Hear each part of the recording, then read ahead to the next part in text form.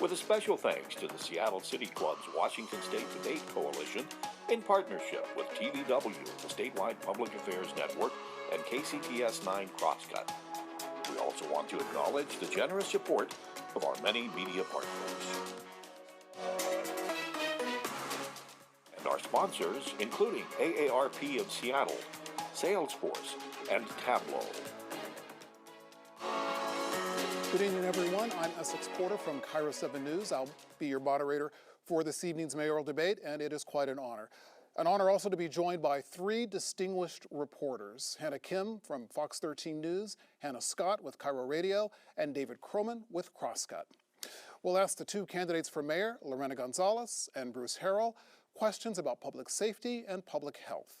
As you watch the debate, we invite you to join the conversation on social media. Just use the hashtag you see on your screen, KUOW Now, the rules are simple. Each candidate will get 1 minute to answer a question with a follow-up discussion led by the questioner. But first, each candidate will get 90 seconds to introduce themselves, talk about their vision for the city's public safety and health, and we're also asking them to share just a little something about themselves that most of us don't know. The order was determined by coin flip. Bruce Harrell won the toss and chose to go first in our previous debate, so this week it is Lorena González's turn. And Ms. González, good evening. Good evening. Well, thank you so much for having us. I am honored to be here with all of you. I am a Latina, as the first Latina elected citywide ever in the history of the city. I am now your candidate to be Seattle's first ever elected woman of color to be your mayor. You know, as somebody who had to leave maternity leave early on to come back and help lead the city's recovery in COVID, I know what it means to get to work quickly and urgently to help lead on the pandemic that is a once-in-a-lifetime pandemic. COVID certainly hit us hard here in Seattle, but we got to work quickly to give millions of dollars of direct relief to small businesses, to families, and to our small businesses across the city. In this race, I believe I am the public safety candidate for all people in this city. I have worked on gun safety laws. I have increased services to those who are suffering from gender-based violence. I have passed historic legislation to hold our police officers accountable. And my vision for this city is to create a safe and healthy city for all of our residents. And while hiring more police officers is an option, it will not generate true equitable community safety for everyone in our community. And in my last few seconds, something people might not know about me is I really don't like raw onions. Okay. Mr. Harrell, your opening statement. Thank you very much. It's really my honor to be here. I will tell you that this journey to being the next mayor, hopefully, has been an exciting one, because I think that I've been talking to everyone about new leadership. We find that unifying Seattle around public safety, making sure everyone gets 7-minute response times, has a feeling of being safe, being able to just enjoy a quality of life, that this is resonating. They also want police reform, and they know my background in police reform. We've been warmly received by almost every neighborhood when I go out to Northgate or Ballard or Columbia City or the Central District, just shaking hands and talking to people. We have a very specific plan. We are talking about increasing our investments in public safety, but not a militarized unit. We're talking about building some new kinds of public safety officers, recruiting for communities who want to protect themselves as well. But make no mistake about it, I'm not defunding the police as my opponent has clearly made it a purpose-driven part to defund the police, particularly when we know that 90% of the costs are personnel-related, that we need effective police departments. So I look forward to these questions, and thank you all for getting us ready. This is going to be a lot of fun, and I look forward to it. All right. Well, let's get started with that controversial ad that folks were seeing a few days ago. And you've denounced that ad, Mr. Harrell, as racist. In 2017, however, the ad does bring up something that you said you didn't have to justify not calling for Ed Murray to resign over numerous child sexual assault allegations. So if you're elected mayor, how can police officers be expected to treat sexual assault survivors with respect and compassion, seeing the example that you set years ago?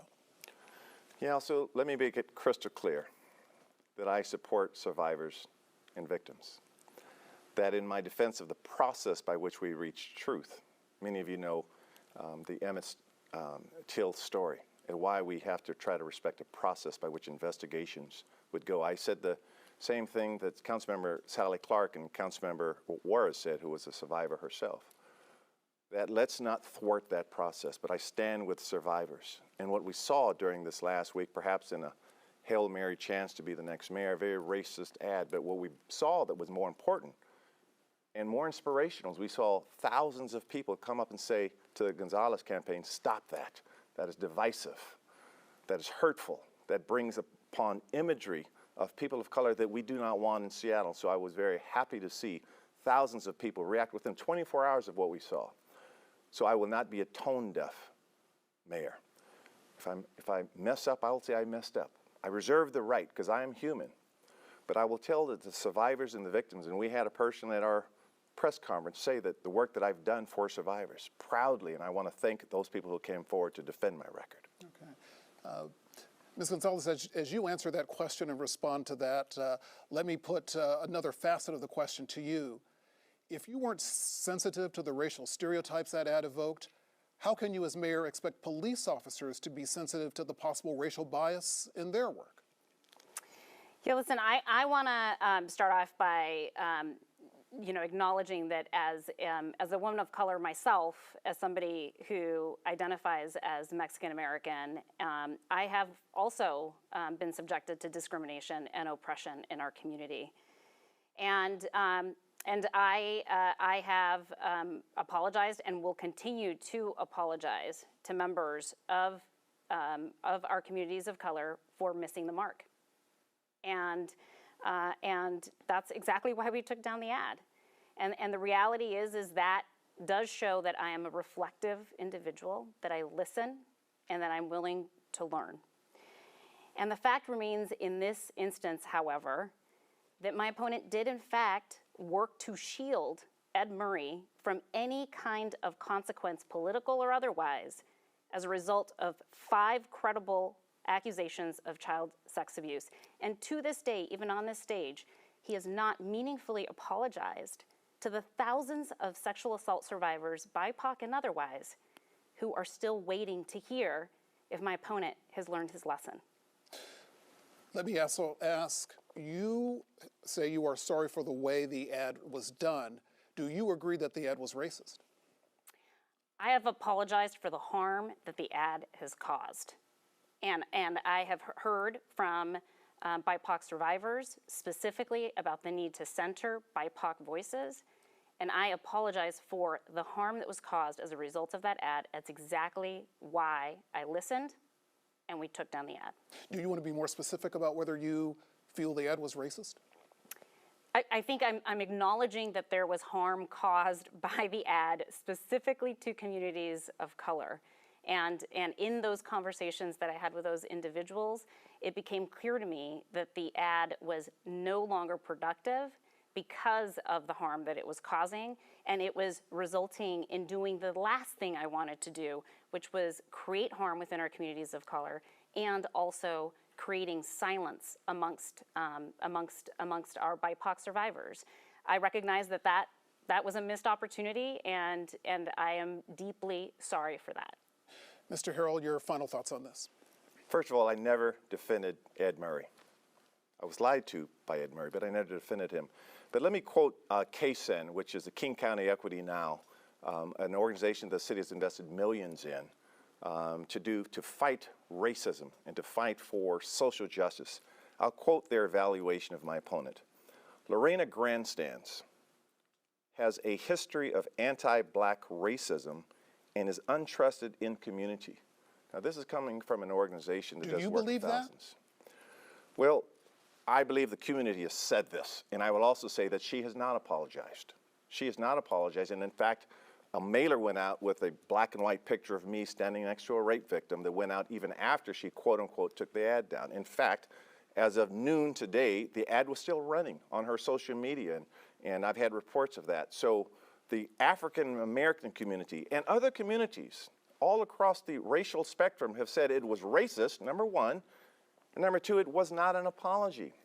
And Mr. Harrell, I'm sorry, I have to cut you off here so we can move on. But the community has spoken, and that's the kind of unity we'll want to see. That's why we were partly in the predicament we have, is because people are not taking ownership. Our next question comes from Hannah Scott. And thank you, Essex. Candidate Gonzalez, we'll start with you on this question. SPD is down 300 officers or so since 2020. Chief Diaz has said he would like to have about 1,400 officers. As has been mentioned last year during the protests following the murder of George Floyd, you came out and publicly supported defunding police by 50%. Do you still hold that position, and what size of a police force do you think Seattle should have? I still think it's important for the city in this historic moment to continue to evaluate how we can invest in community-based safety and non-law enforcement systems, and what kinds of body of work need to go away from the police department to other systems that are more capable of dealing with those issues. That is an important value that I continue to hold. It's one that I held last summer as well. And I'm going to keep talking about how we can continue to not just simply reform a police department or find a new officer, but how we are going to actually transform public safety in a way that produces true, equitable community safety throughout the city. Now I have supported and will continue to support fully funding the hiring plans proposed, but the hard work of evaluating what the right size is about outcomes, and the outcomes for me is about making sure that our children come home at night and don't suffer police violence. And we're out of time for that part of the answer. I do want to follow up, though, with you really quick. The question I get most often in reporting on this reimagining of public safety and that entire discussion is, what does that look like? Where is that public safety for those parts of the Seattle community that don't feel like they are being protected right now because they don't have officers to respond to their calls? There are also a number of people in our community who feel that they're over-policed, especially within our communities of color. And I've also heard a lot from them about how they want responsible public safety services that aren't going to result in bodily harm or death to them. And what they want is a police department that has less bias. They want a demilitarized police department. We want to hold bad cops accountable, and we want to create the highest accountability standards possible and hold the line on SPOG so that we can truly achieve reform. Thank you. Candidate Harrell, starting at the beginning of that question for you, what size do you think the Seattle Police Department should be, and what formula would you use to come up with that? So in terms of the traditional number of police officers, that is always one of the metrics that we use, around 1,550, about 1,550 authorized positions. When I was public safety chair for 4 years, right before my opponent, we had 1,550. We had authorized positions, we had 1,432 filled. Under her chair, she became the chair of public safety after I did. We lost 143 officers. That would be 40 officers per precinct. And this has a real effect on our ability to respond to crimes in progress, 7-minute response times. My opponent has reviewed many budgets, perhaps 5, and so I think that they want a mayor just with straight talk. Now, we will reimagine the police department. We will recruit from communities. We'll have a new kind of police officer, one that does not carry a gun and badge. We will work with communities and have a citywide summit, going to neighborhoods and ask them, what does public safety look like to you? But make no mistake about it, in her approach, and she is on record saying she's going to defund by 50%. She also went by the Northwest Progressive Institute and said if that were to be achieved, she'd have to lay off every single officer. So you would think a person well-versed in the budget after 5 budget cycles would know with the personnel cost of the department, that was a knee-jerk reaction, and the city deserves more of a thoughtful approach to public safety. And time, thank you so much. Would you like to have a rebuttal, Candidate Gonzalez? Thank you so much. Just really quickly, I'll start from the end. So actually, the words that I said that would have to lay off every person was actually what I said in response to a proposal from a different colleague who was bringing forward a 50% reduction. Those are the words I said in support of my vote no on that particular measure. Now, my opponent wants us to believe that the only issue at the Seattle Police Department is staffing, is hiring.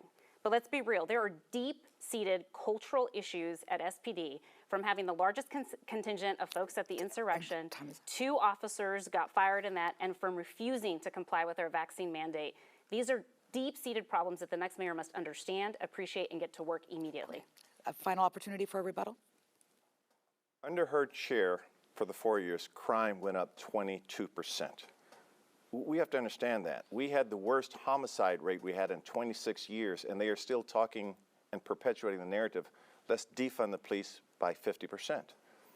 I will reimagine the police department with this city, with communities, but I believe the city wants a mayor who has a thoughtful, strategic approach about building community policing, but making sure every neighborhood is safe, regardless as to where the neighborhood is in this city. All neighborhoods are safe, so we're going to work with community to build the right police department, and we're going to reimagine together. Thank you to both of you. The next question will come from David Croman from Crosscut. Thank you. Since 2012, Seattle has spent over $100 million towards police reform as part of the federally mandated consent decree. In the wake of last year's protests, do you believe that money was well spent and that officers are today being held properly accountable for their actions? I'll start with you, candidate Harrell. Well, I do not think money has been spent nearly as effectively or efficiently as it should be. And under our approach, with all major investments, whether it's public safety, our homelessness strategy, our climate change strategy, we will open up all of the books. We'll allow people to see exactly where their investments are going and what the outcomes are we will drive. I know this is not a homelessness forum, but I have to hum a few bars of that because that is the #1 issue people are talking about. We will show cost per person, cost per unit, where we are now and where we have to get people out of the parks into housing. Our public safety approach will be the exact same way, that we have to show efficiency in government, and we're not doing that. That's why that's why I'm very specific on the numbers. We're even looking at now that even amidst all of this, I know that my opponent is proposing, I think, $4 million of cuts already to SPD during this current budget cycle. So, no, we're not spending our money efficiently or effectively, and under the Harrell administration, we will.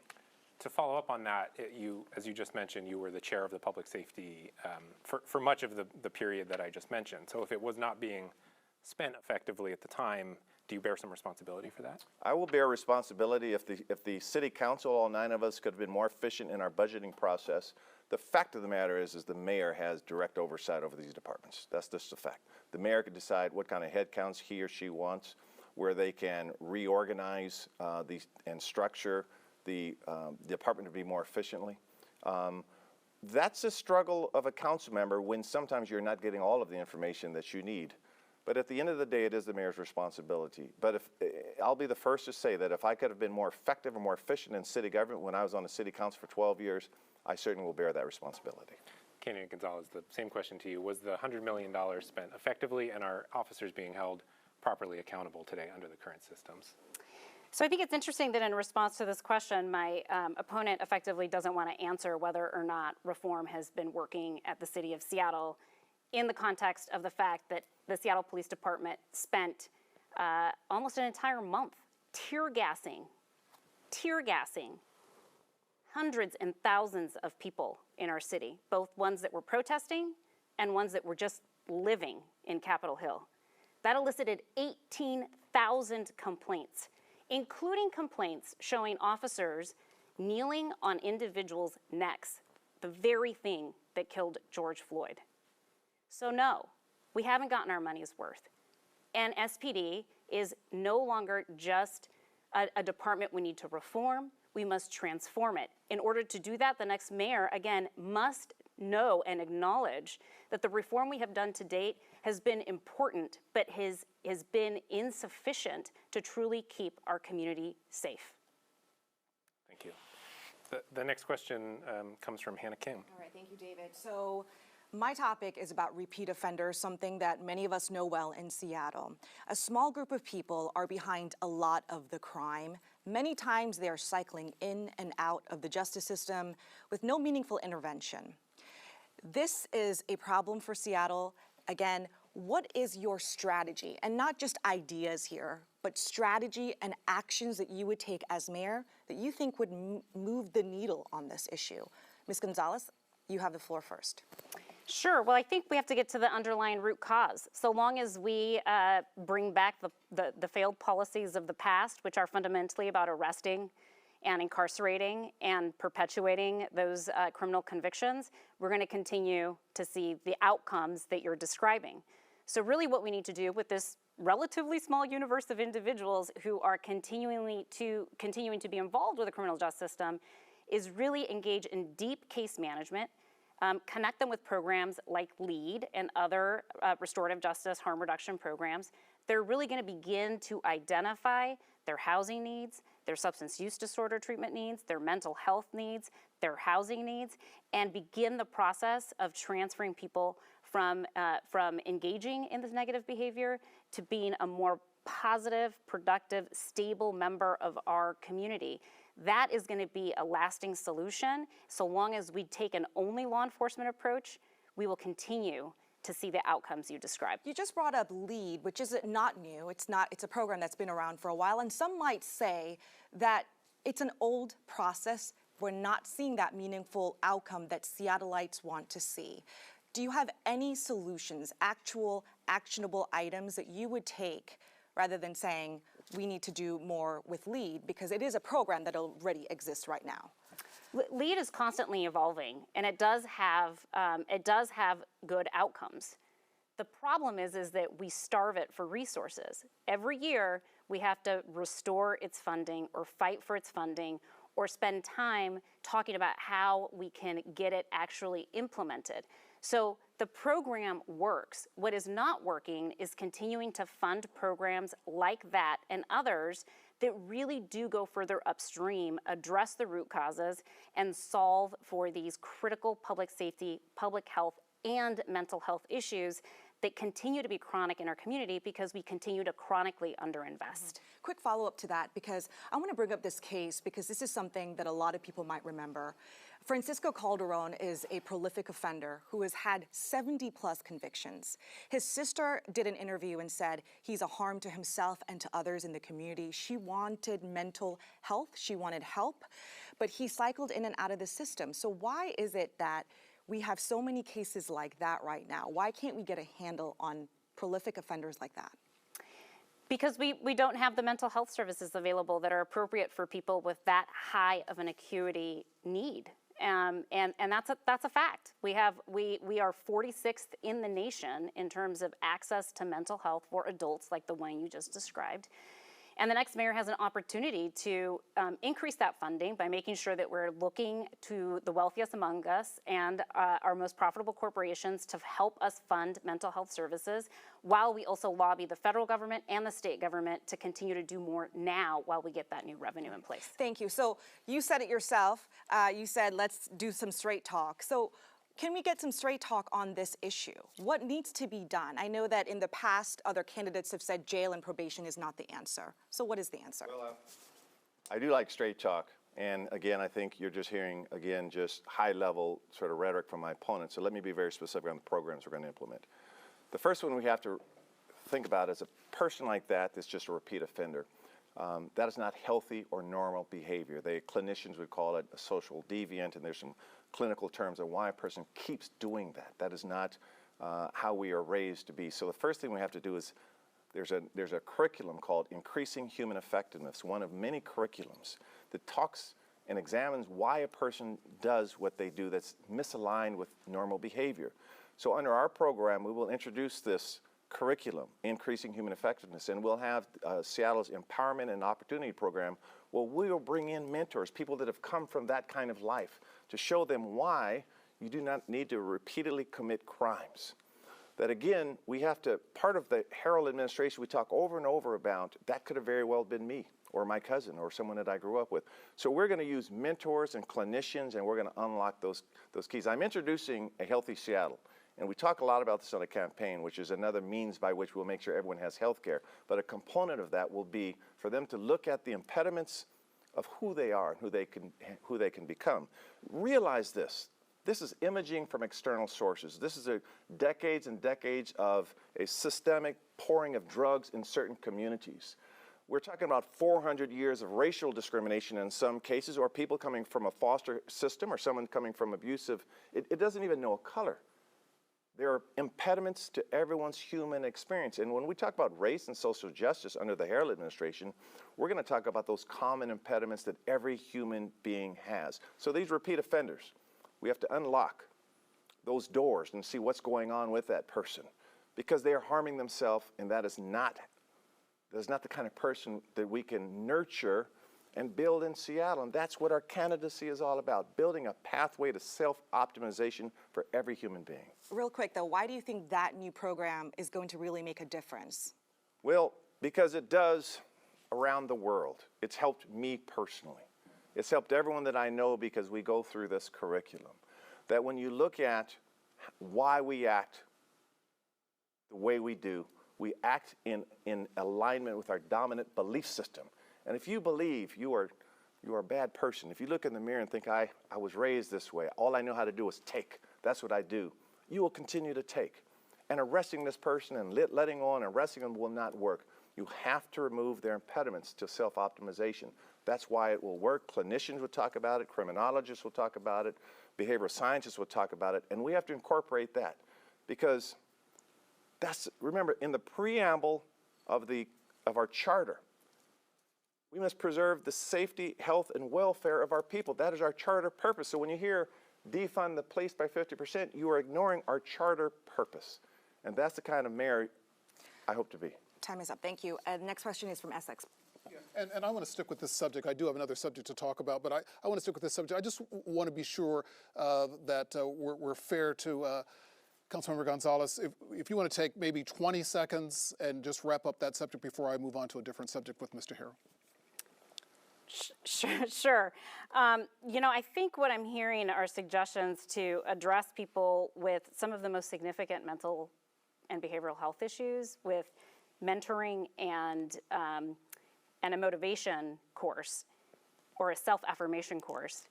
I don't think that mentors are going to be able to adequately address somebody's needs who has schizophrenia, opioid addiction, and housing instability in our city. And really what I'm talking about is getting to the root causes. How do we get people treatment for the conditions that are resulting in them engaging in this behavior? How do we fund that treatment? And how do we address their housing instability to make sure that they can heal, recover, and get out of the cycle of incarceration? All right, let me stop you there. Our next round of questions begins actually with Mr. Harrell, and this is a question from the public. One of our viewers, one of the voters out there, someone from Hillman City, and this voter from Hillman City is talking about gun violence and telling us that they believe gun violence just hasn't received nearly enough attention from city leadership in the last 5 years.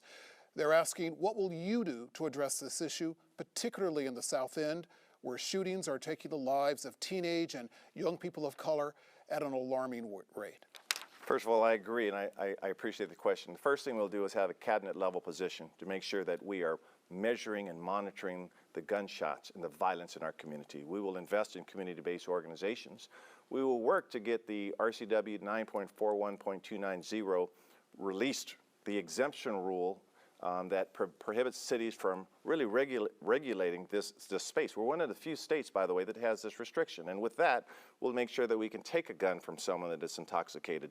We'll restrict the number of guns a person could buy, as an example. We'll increase the background check. We'll introduce technology, an acoustic gunfire locating system to know exactly where gunfire is, as an example, which can pivot around and find exactly where it's occurring, because right now it's complaint-based, and we know the problem with the complaint-based system. And this has worked incredibly effectively in other cities, and so we'll introduce that here as well. Councilmember Gonzalez? Yeah, I want to start by centering the lives of those who have been lost to gun violence. All of us know someone who has been lost to gun violence, whether it is a third party or whether it's a result of suicide. And getting guns out of the hands of people who should not have them is critically important for us to do as a city. And while my opponent focuses on building the bureaucracy around how to potentially achieve that, I believe that really, truly addressing gun violence means investing in the mental health and well-being of individuals to prevent preventable suicides, for example. I was the prime sponsor for a gun safety storage law and also increasing penalties for firearms that were not reported lost or stolen. That's a proven strategy to prevent that. Secondly, when I talk to young men, young black men in the South End about what they need to prevent gun violence, they tell me it's mental health to deal with their generational trauma, jobs, and housing that is stable. And those are the things that, as mayor, I will seek to invest in to be responsive to the needs and the items being expressed to me that are most deeply needed to get to the root cause. Mr. Harrell, as you respond to that, would you also respond to the criticism? You mentioned acoustic gunshot locator systems. There's criticism that those systems actually intrude upon communities and lead to more over-policing, more biased policing. Would you address that as well? Sure. That's just not a true statistic. What it actually does is allow the city to accurately measure where gunfire is.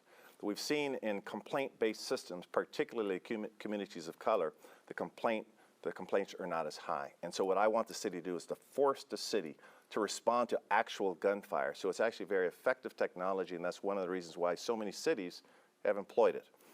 We do not want over-policed communities. That's why we are creating a new kind of public safety officer, those who are culturally competent, coming from the communities. They will be unarmed, but they will be masters at mediation and de-escalation. They'll be walking around the communities. What my opponent calls more bureaucracy is just baseless. What we need is someone to own the issue. That's why I was rated the highest by the Alliance for Gun Responsibility, because of my gun safety platforms. And so we have to own the issue first. Let me stop you there. And final rebuttal? Sure. I mean, I think that in the spirit of being super straight about what this technology is, it is a surveillance technology. It is a technology that is designed to surveil our neighborhoods, and I think that is the wrong approach. Sure, it might help us find a few additional areas where gunshots have been fired, but it will not prevent those gunshots from occurring in the first place. My vision in this area is to prevent the gunshots in the first place. We do that by getting the guns out of our communities and by giving our youth and others in our community the tools they need to survive and be resilient. And that is jobs, housing, and better education so that they don't have to resort to guns as the answer. Our next question comes from Hannah Scott. And again, thank you, Essex. Councilmember Gonzalez, candidate Gonzalez, I want to ask you about a letter that was recently signed by more than 150 individuals, small business owners, folks who work in downtown Seattle, sent to the City Council with the Downtown Seattle Association's urgent request to address specifically the criminal shoplifting organizations, rings, not people who shoplift because they're hungry or out of a need, but that are operating fencing operations and shoplifting rings that are making it very difficult for these businesses to succeed and having, in some cases, to hire private security, and that they all collectively felt was a threat to our economic recovery. What specifically would you do to tackle those types of operations? Well, I think what we do is we work with the city attorney, whoever the next city attorney is going to be, and really start thinking about what are some ways that we can improve the programs related to both identifying those kinds of shoplifting rings that are actually organized crime and not just survival crimes, as you've acknowledged in your question. And we make sure that folks within the police department have the resources they need to be able to do the proper investigation. Now listen, I get to talk to small business owners all over the city all the time, many of whom I'm lucky enough to call my friends. And I hear the stories from them about how hard it is to do business in this city, for a lot of reasons, including the fact that we have saddled them with responsibilities of doing social work as well as protecting their inventory. So I get it. The way we are doing public safety now has failed a lot of us, and that's why my vision is really focused on let's get to the root causes of things, have the short-term solutions in place to address those real criminal elements through our detectives and investigative units and begin the process of reducing those incidents to begin with. And just a quick follow-up, is room for one of those solutions to be prosecution? Well, I don't make choices around prosecution. Right. I'm not In the your prosecutor. mind, in your but mind, is but that I do a think possibility? I do think that if there are large criminal elements that are organized crime and otherwise, you know, I would expect that the city attorney or the King County prosecutor, depending on the crime, would exercise their prosecutorial discretion. Thank you. Candidate Harrell, same question to you. How would you address those type of criminal operations? Well, I'm glad that you qualified it as opposed to a person that's just stealing because they're hungry. And you made a clear distinction. And you're talking to a person who's actually defended people from shoplifting. I've had parents come in and say, will you help my child? And so I've had those discussions. But I don't, you want straight talk. You have to use you have to enforce the laws. I mean, you shouldn't have to stutter. Those laws are there for a reason. Now, we also want to know why this occurs. These shoplifting rings are very organized often, and so we have to also understand better the culture. I don't know if there's going to be any graffiti questions, but graffiti is driving me crazy in the city. And in addition to using the existing laws that are on the books, we're going to find out why that is occurring. So in all of this antisocial behavior, we have to do a deeper dive in understanding the root causes. These shoplifting rings, I got to tell you, when you start talking about defunding the police, as my opponent has said, they like that because they realize we don't have enough eyes on the ground. We can't respond to crimes in progress. And I need to wrap that up. I'll wrap it up with that. Thank you so much. And any rebuttal to those comments, Councilmember González? Sure. I mean, I think my opponent's trying to have it both ways. He wants to say that he's not criminalizing poverty while also saying that all the laws on the book need to be enforced. And the reality is that there are laws on the book that criminalize poverty. So you can't have it both ways. The reality is that there are individuals who are engaging in organized crime. Those individuals should be investigated and should be held to account under those existing laws.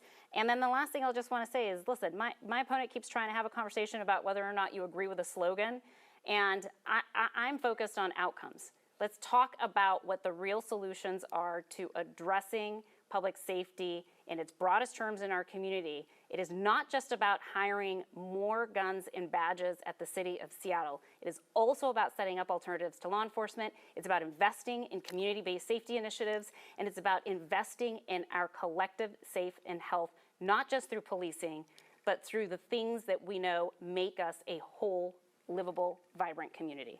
And final thoughts, Candidate Harrell, on this issue. It's more than a slogan. It's a recognition when she keeps trying to now probably move out of the narrative of defund the police that she embraced. I understand their pain. They do not want a demilitarized police department. You don't have to tell me growing up in the Central District in the 60s and 70s. I know what that's all about. When we talk about reimagining with a smarter approach, that's what we're talking about. And so I don't struggle because the city knows me. They know that I've spent my life defending people who've needed defense. So I don't have to mince words when I talk about using the laws. We're not decriminalizing poverty at all. Thank you both. The next question comes from Hannah Kim. So I want to broaden out that shoplifting question to more of overall crime in the downtown core. I heard from a woman the other day. She lives in Pioneer Square, owns a small clothing store near Pike Place Market. She says that she feels unsafe walking to and from work. Also, we know that 500 small businesses in the downtown core, they have permanently closed, much of that because of COVID related, but business owners are saying, look, we cannot get back to the economic revival that we need after the pandemic if we don't put public safety first. So what is your plan? I'm going to start with you, Mr. Harrell. What is your plan for downtown? Well, first of all, I toured almost every business district, including downtown, with small business owners. And I listen to them, and I know what they want. They want us to loosen up some of the regulatory barriers in terms of the built structure. They want the city to invest, to use our pandemic economic recovery plan as a means to bring in investments and use crime prevention through environmental design. Build the right areas such that people can feel safe. They want us to enforce the laws. They want us to move people from encampments into housing. And they want us to have a sense of urgency. They want access to capital, other things like that, and I talked about that at the previous forum. That's why our Office of Economic Development group is going to be so phenomenal in the work we do to help small businesses. But they want action, and they want change of leadership. That's what they're asking for, and that's why I think we present the strongest case for change in leadership. Ms. Gonzalez. Sure. You know, downtown.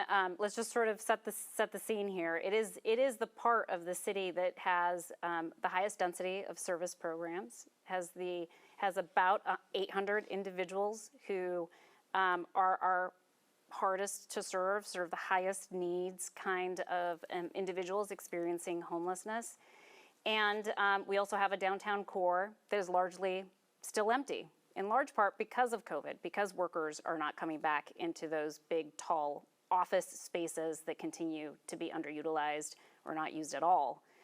And so for me, my focus is going to be on addressing the public health crisis that is leading to the public safety issues that you describe in your question. There is no doubt that many of the individuals who are currently experiencing homelessness downtown have profound chronic needs that can be met if we invest in high acuity shelters, if we focus our efforts in downtown, and if we quickly begin to connect those individuals to the housing and the mental health services and the substance use disorder treatment that they need to be able to be permanently housed and out of downtown. One thing I hear a lot from the community, whether people live there or work there, is the current response time. So for example, in 2019, we had 6-minute response times for priority 1 calls. And when I say priority 1, these are emergency high-level calls. Sometimes this is life and death. So right now, that current response time is more than 10 minutes. Is that acceptable? I'm going to direct that question to you first, since you're on the council, and maybe you could address that. And I want to also have Mr. Harrell answer that as well. Yeah, you know, the reality is that officers don't just respond to Tier 1 calls, the highest priority calls. They have to respond to all of them, including those that probably don't merit an armed law enforcement response because it's an after the fact and all that needs to happen is a report needs to be taken. In fact, there's a recent report that came out that said that close to 60% of the calls that SPD is currently responding to are for non-violent, non-urgent crimes.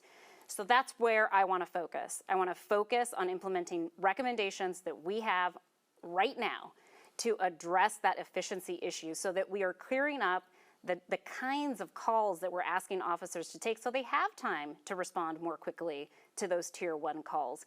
That is a basic efficiency thing that we can do right away. And those are the kinds of recommendations that I want to put into place to make sure that we are meeting truly meeting the needs of those who need an armed law enforcement response, get one quickly. Time is up. Is a 10-minute response time acceptable? No. It's not that hard to say. It is not. We will measure it. When I was public safety chair, we'd go to meetings, monthly meetings, and we'd measure the response times. And we wanted to make sure that there was parity in all neighborhoods, by the way. We want to drive it to a 7-minute response time, and that's when your investment strategy becomes critical, because the police department are saying they need more resources to be able to respond, particularly to 911 calls, crimes in progress, but to all crimes. Now, having said that, again, the rhetoric is, you have to sort of, I guess, listen to it, that my opponent would not even meet with the Downtown Seattle Association, wouldn't even fill out a questionnaire when all they were asking is, well, what is your plan? Realizing that it's small businesses down there. There are neighborhood advocates down there. People are living down there. There's subsidized housing down there. What is your plan? And I think, again, my opponent wouldn't even meet with those folks, that's the mayor's job, is to listen to everybody. And that's what we did. And that's why we know what kind of response times they want. 10 minutes is unacceptable, 7 minutes is. But Mr. Harrell, how are you going to do that with the climate that is Seattle right now, where you have officers who are leaving the force willingly because of, some of them say, because of the political rhetoric? How do you convince officers to come to a force like Seattle right now and change those response times, as you said? That is the job of the mayor, to coach, to inspire, to change the narrative, to love this city and love the people in the city. That is my job, is to be the biggest cheerleader, if I can, and we work with the people within the department. We work with communities. We bring them together. Just like the community came together to oppose her racist ad, we build community together. Then when we go to basketball games, we go to football games and soccer games, we get the police officers talking to the community. We start building that together. Now, this is not easy work. That's why we're also going to build at the same time a new kind of officer, a community safety officer type that is certified through our college system that will come with a new skill set. Now, this is going to take a few years to get it completely where we want it to be, but under our leadership, we're going to start with changing the narrative. I believe that the community wants to be protected, and I take that oath of office by those police officers very seriously. That's why I talked about the George Floyd murder, because if a police officer cannot say that that was murder, they don't need to be under the Harrell Police Department. That's just make that clear. I want to give you a chance to say a response to that. Sure. Now, I want to be really clear that SPD is a police department that has been under reform for quite some time. And in spite of that, we see that it has really deep cultural issues. Again, highest number of officers going to the insurrection, 2 of which were ultimately fired, refusing to comply with a vaccine mandate, and tear gassing thousands of people in the city, eliciting 18,000 individual complaints about how they handled a protest in the city. These are real significant issues that have to be addressed by the next mayor, and it has to be done urgently. And the reality is that officers who do not want to be on board with higher accountability, officers who are not willing to be in this moment scrutinized at a historic level, are not going to want to work at the police department. And in fact, some are making choices to leave now precisely because of that, and in other instances because of the vaccine mandate. So we do need to hire additional officers within the budget and make sure we have budget accountability, but those officers need to be on board with the highest accountability standards. We're gonna root out bad cops who should not be on the force, and we are gonna make sure that we increase the civilianization and the transparency of how we discipline and hold our officers accountable to restore trust between the public and the city. We're gonna have to move on. Thank you. David Croman, next question. Thank you. In the wake of the protests last year, there was a lot of talk about police officers' roles, specifically in mental and behavioral health crises. This question comes with some input from a voter in West Seattle who wanted to know what is the ideal role for police officers when it comes to responding to behavioral and mental health crises, and as mayor, how do you make that vision a reality? And we'll start with you, candidate Gonzalez. Yeah, so the state last year did a lot of reform work. One of the pieces of reform that they passed is to create stricter standards for officers who are dealing with individuals in mental health crisis. Right now, that's creating quite a bit of difficulty in terms of implementation and how officers are actually engaging with those who have behavioral health issues, because if they get it wrong, they will lose their credentials as an officer. So our responsibility at the City of Seattle is to work with our behavioral health service provider community to build the standards within the city that create clear rules and training available to officers who need to respond to those rare instances where they are needed to intervene. And we need to, while we do that, focus on standing up the behavioral health services and centers across the city that we need to make sure that individuals have a place to heal, to calm down, and to get the services they need to no longer be a danger to themselves or others. And so following up on that, do you think that there will always be a place for for police officers to be involved in crisis response? I think that in limited number of situations, there will be a need for behavioral health providers to call armed law enforcement to help. Those instances have been described to me by the subject matter experts in this area as individuals who are at risk of creating harm to themselves, real harm, as in death or serious bodily harm to either themselves or to other individuals. So that call needs to be made by those subject matter experts, and we need to be able to have a department that is nimble enough to respond to those rare occasions that they will continue to need to respond to, together with our behavioral health service provider community. Thank you. Candidate Harrell, what is the ideal role for police when it comes to crisis response? Well, first of all, if you do your research, there's answers out there. You take in Eugene, Oregon, as an example, they deployed a program called KUOW. And in this program, they make sure that the gun and badge are not there and the right kind of first responder is there, many mental health counselors. What they were able to do in Eugene, Oregon, were they able to, number one, save $14 million. And they were also able to get the armed police down to around less than 1%. By making sure the right first responder showed up. So what we're going to do, looking at that as a model, we'll make sure the right first responder shows up. That's why we are creating sort of and I got to tell you, that's why I'm most proud of the firefighters endorsement, because they get this stuff. But there's another issue that we're not talking about, and that is, what do they do once they show up?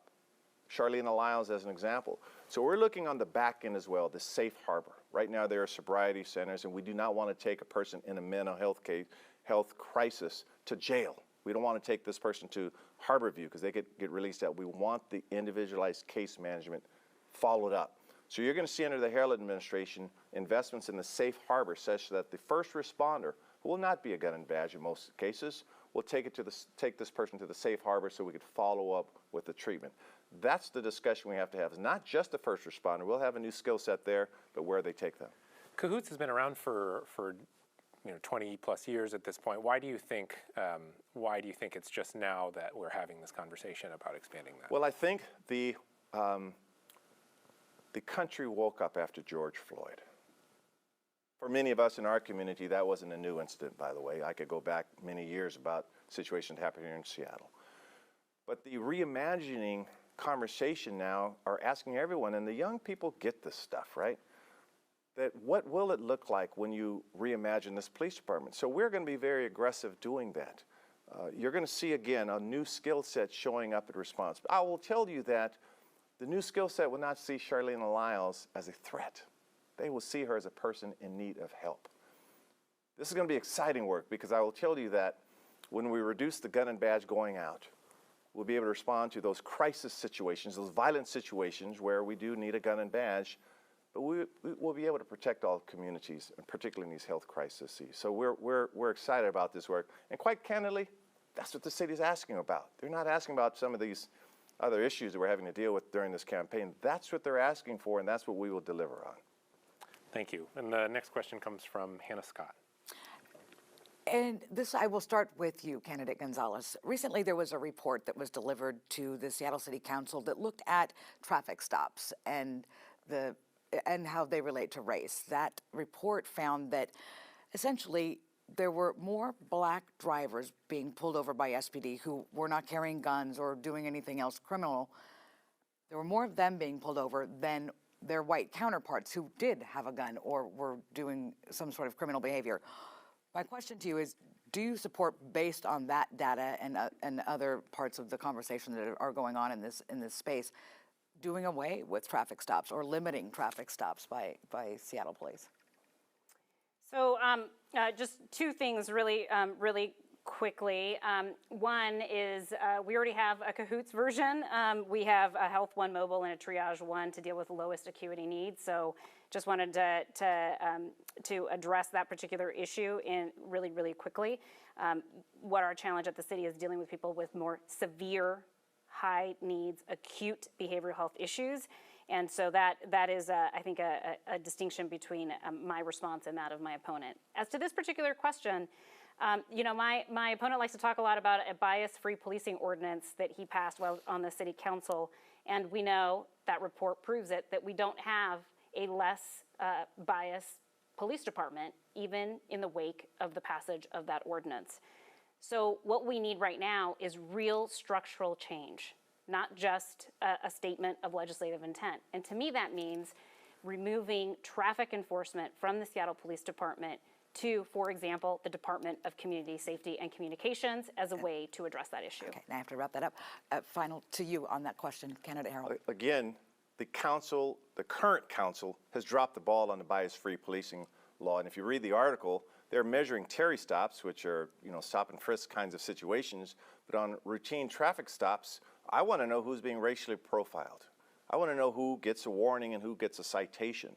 And according to the review, that the city council are not measuring this as required by the law that I passed, required by the law that my opponent supported. So it is clear that I am passionate about making sure that we have equity in policing. It is also clear that I will tell you the number of police officers that make sense and the kind of response times that we want. So once again, they've dropped the ball on a critical ordinance that we will measure, and we'll do a much more effective job under my administration. Thank you so much, and we are just perfectly out of time. Thank you both very much for your time. Essex. Thank you all. Really great debate, and we have run out of time, so we want to thank our candidates, Lorena González and Bruce Harrell. Thank our panelists, Hannah Kim of Fox 13, Hannah Scott of KUOW Radio, David Croman of Crosscut. Now, everybody, don't forget, Election Day is next Tuesday, November 2nd. You got to have your ballot postmarked by that date or drop it in one of the drop boxes by 8 o'clock next Tuesday night. They shut them precisely 8, so you've got to get there in time to be sure you vote. Thank you all for watching, and have a good night.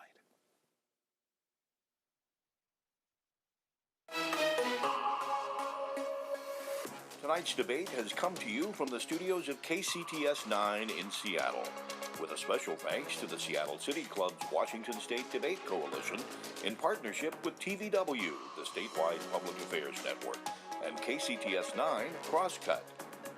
We also want to acknowledge the generous support of our many media sponsors. And our sponsors, including AARP of Seattle, Salesforce, and Tableau.